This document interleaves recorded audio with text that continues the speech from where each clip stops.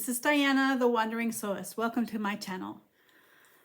Sorry it has been so long since I have uploaded a video. I have been traveling and moving across the world. So as you may remember, I used to live in Pretoria, South Africa, and I have moved to the capital city of Prague in the Czech Republic.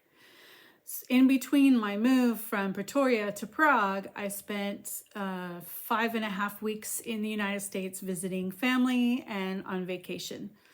It wasn't all fun and games because all 5 of us had to stay in one hotel room for a month. And that wasn't so great. But on the plus side, I got to take a 2-week break by myself to go to my son in Nevada and visit him and meet my brand new granddaughter, which was a joy. And then my husband and I also bought a house in Texas, which will be our final home when we're done traveling with his work around the world. My hope is that will be in 3 years when we're done with this contract here in Prague, but he says 6 years. We'll see how it goes. So I wanted to just give you a bit of an update on what's been going on. So we moved, like I said. We are in a house that has a furnished home in Prague that's been provided for us by my husband's work. And it's a very nice home. For Europe, it's very big. It has 4 bedrooms and it has 3 bathrooms. It has a very nice backyard with a trampoline in it that came with the house. And it has a huge basement, which I'm going to show you later.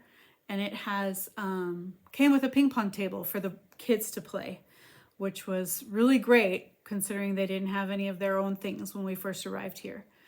So I'm expecting all of my household goods in a couple of weeks, and then I should have enough things like sheets and knives and plates and forks and cups for everyone, and that'll be nice. But right now we're making do with what we have. While we were on vacation in Texas, I got to spend quite a bit of time with my daughter, which was lovely. And while I was there, I sewed her a dress. Now I used a borrowed sewing machine to sew that dress, and I'm not super proud of how it came out, because the machine wasn't a very good one. And then when I took it with me when I went to Nevada, and I worked on it there and finished it up, and it wasn't that great.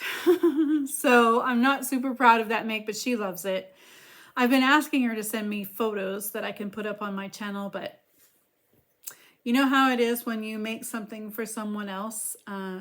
They want you to hurry up and make it for them so they can have it right now. But as soon as you ask for a photo, it takes a long time for them to get it back to you. So it's one of the reasons why I don't like making clothes for other people. So I have a couple of things to show you today. First of all is a dress that I sewed while I was on my traveling.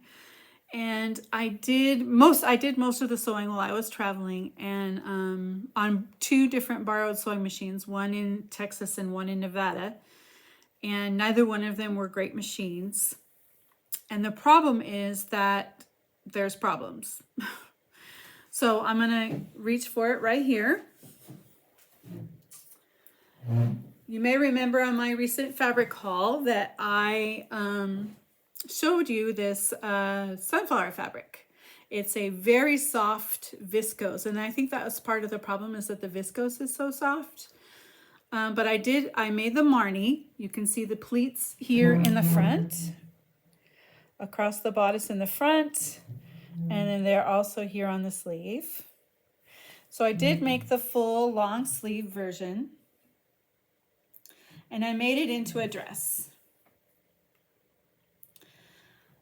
Now the only thing is there's some problems. The long seams that go down here, the front right here and here, they drag. they have something going on with them. I think it's because the machines were not very nice. And then the hem has also rippled and dragged. Now I can't blame that on bad machines because I did that here on my Bernina after it arrived, and I messed it up, to be honest. I'm gonna try that. I'm gonna try it on in a few minutes. I'm gonna show it to you, but I'm gonna have to go upstairs to my bedroom for that. So I will insert that video here. Hello again. We're in my new bedroom here in Prague, and I am going to now change my clothes into this sunflower dress that I made. I'm going to show it to you. But first I want to talk about what I'm wearing. So I'm not wearing anything me made. I'm wearing just a t-shirt from Target. So, you know, I don't always have to wear me made. Sometimes I feel a little bit bad about that. Do you feel bad about that sometimes? Sometimes I do, but you know, not everything in my wardrobe is me made yet. I plan to get there someday, but I'm not there right now. So I'm going to change and then I will show you the dress. Hang on just a second.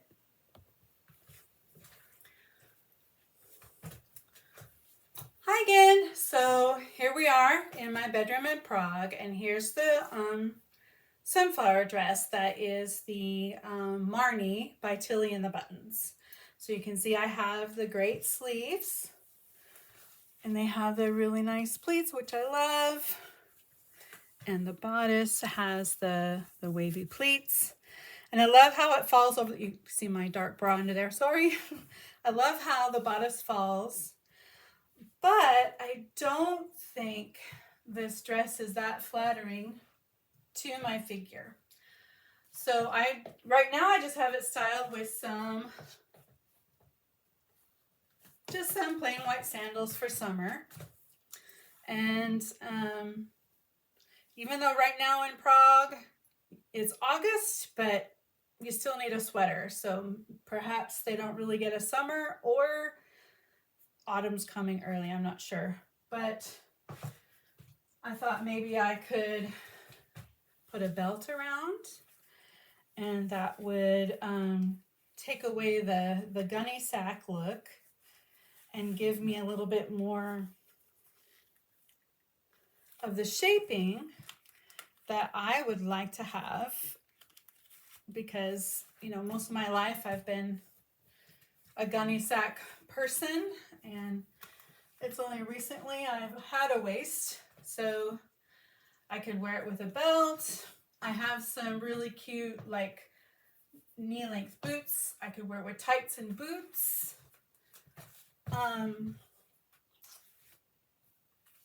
It's not my favorite look, but it's not as bad as it is without. I mean, this would be fine for around the house, but I would feel very self-conscious in public about this, unless I was like it was a really hot day and then it gets so hot you just don't care. But I don't know, I feel very self-conscious about the shaping of the dress. The length, when I first sewed it, I had lengthened it by 6 inches, and then I put it on and it looked like I was wearing my grandmother's nightgown.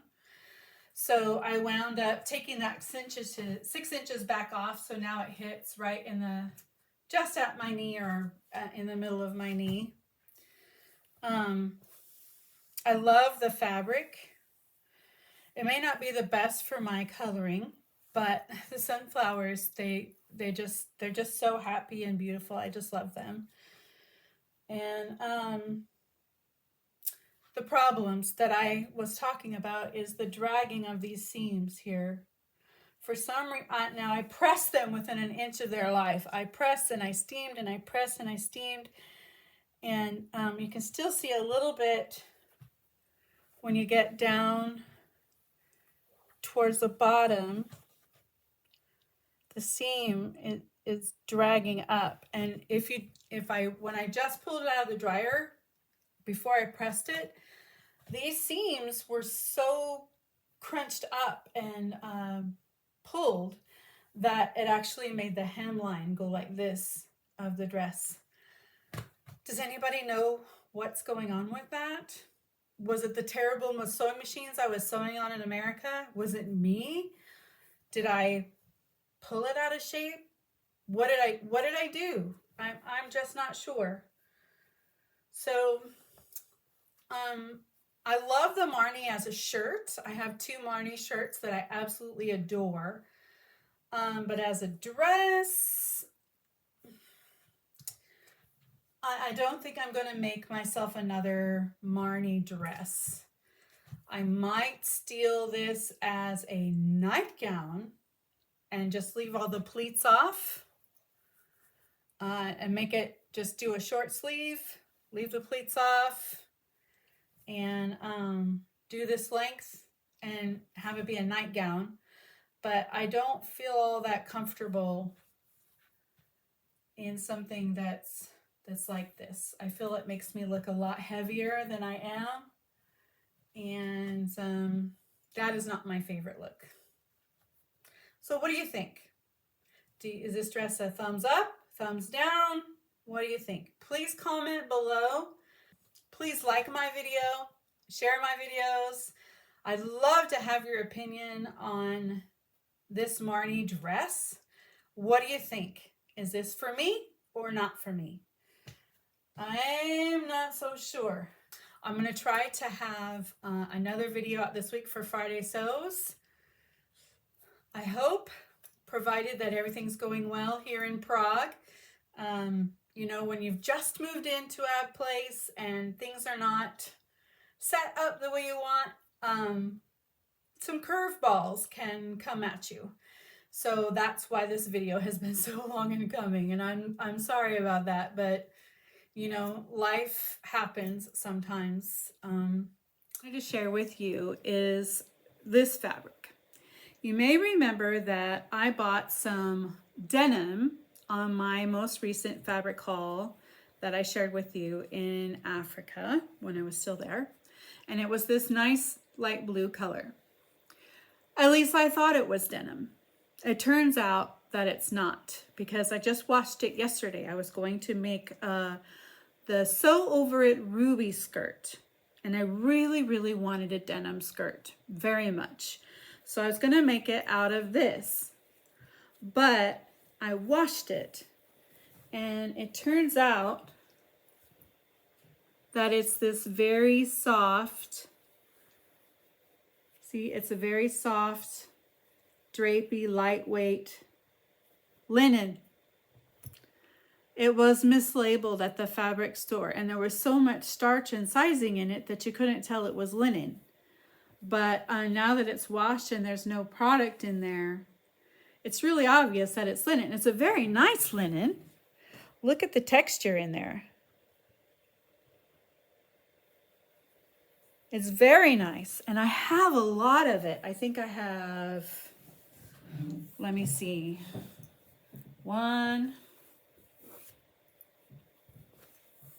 I have 2 meters. I have 2 meters of this linen. So I don't know. I'm wondering if I should go ahead and make the ruby skirt out of this denim look linen, or should I look for something else to make out of it, because it won't have the body that denim has for the skirt look that I wanted, because you know denim is a much more structured material than this particular linen is. Now there are heavyweight linens that do have as much structure as a denim, but this linen is very soft. It doesn't have a lot of structure. So I'm torn. Should I go ahead and do the ruby skirt? I mean, I traced the pattern out yesterday and I cut it out. Well, not yesterday. Yesterday was a bad day. It was the day before yesterday. I traced it out and I cut the pattern out. And I washed this and I pressed it. So I'm all ready to lay it out and cut. I could just go ahead and make the ruby skirt anyway, because I really wanted one from this color. Because it's one of the, I don't know why we think this, but denim is one of those things that goes with everything. I'm not sure why, if that's an American thing, but for some reason, denim jeans or skirts tend to go with everything. I'm not sure why. So what do you think? Could you comment below and tell me, what do you think? Should I go ahead and make the ruby skirt? Or should I look for something else to make out of this really nice denim look linen? Okay, so next I would like to show you the space that I'm probably going to use as my sewing room. So this house has 3 floors. There's this floor that we're on now, which is the main floor. That's the living room, kitchen, dining area, entry, mudroom / laundry, and the garage. And then the upstairs is where all the bedrooms are. And then we have a huge basement. So I'm gonna go now to the basement and I'm gonna insert video of the room in the basement that I'm proposing to use as a sewing room right now. Okay, so I'm about to walk into the room of the basement that I'm proposing to use as a sewing room. So I'm going to turn the camera around and show you that now. All right, so as you enter the room, here's the door. Enter the room. It's got a carpet, which may or may not be a good thing. Got this handy European light switch right here. Turn it. There we go. Some of my fabrics there. And wait till you see the size. That's some stuff I've unpacked. I've got some of my sewing notions, some fabrics, some quilt blocks that I'm working on. And that box back there is some of my daughter's things that I packed up from her room. If you want to know why I'm packing up my daughter's room, you can just Google my name and you'll find out why. So it has a window, a little one, but it also has really great lights. They're track lights and they're very bright. So for a sewing room, it's not too bad of a space. Now the thing I'm worried about is recording in here. Can you hear the echo? I could use some suggestions on how to stop that echo. So yeah, I'm gonna leave it there. I hope to talk to you again soon. And I hope you're doing well and having lots of time to sew, more than me. Take care. Bye.